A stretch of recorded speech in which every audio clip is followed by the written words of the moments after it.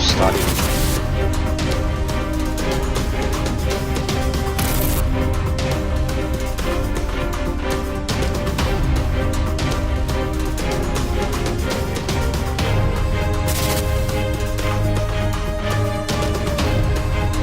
Sektor pariwisata pastinya akan terdampak merebaknya virus corona dari Wuhan, Tiongkok ini.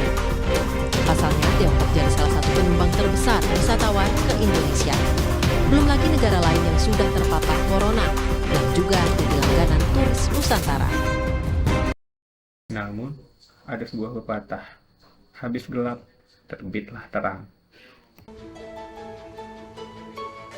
Menteri Pariwisata dan Ekonomi Kreatif Menparekraf Sandiaga Salahuddin Uno menyebut bahwa Indonesia saat ini menjadi acuan dunia dalam penanganan pandemi COVID-19 dan keberhasilan dalam membangkitkan sektor pariwisata pasca 2 tahun dihantam pandemi.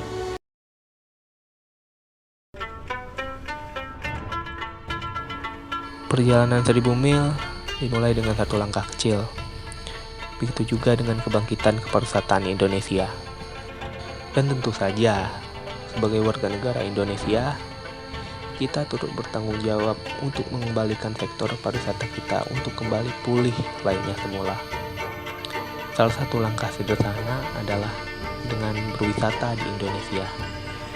Mengapa demikian? Karena dengan semakin meningkatnya mobilitas wisatawan, aktivitas ekonomi akan dapat kembali berjalan dengan normal, sehingga akan mempercepat sektor pariwisata untuk pulih kembali. Karena itulah, aku bangga berwisata di Indonesia. Sama seperti industri pariwisata, industri ekonomi kreatif juga mendapat pukulan telak selama pandemi. Yang secara nasional, hal ini menyebabkan terdapatnya penurunan besar dari kontribusi di bidang ekonomi kreatif terhadap PDB Indonesia. Untuk itu, kita juga dapat mendorong agar sektor ekonomi kreatif untuk dapat pulih layaknya industri pariwisata, yaitu dengan menumbuhkan rasa bangga memakai produk buatan Indonesia yang pada akhirnya akan meningkatkan perekonomian.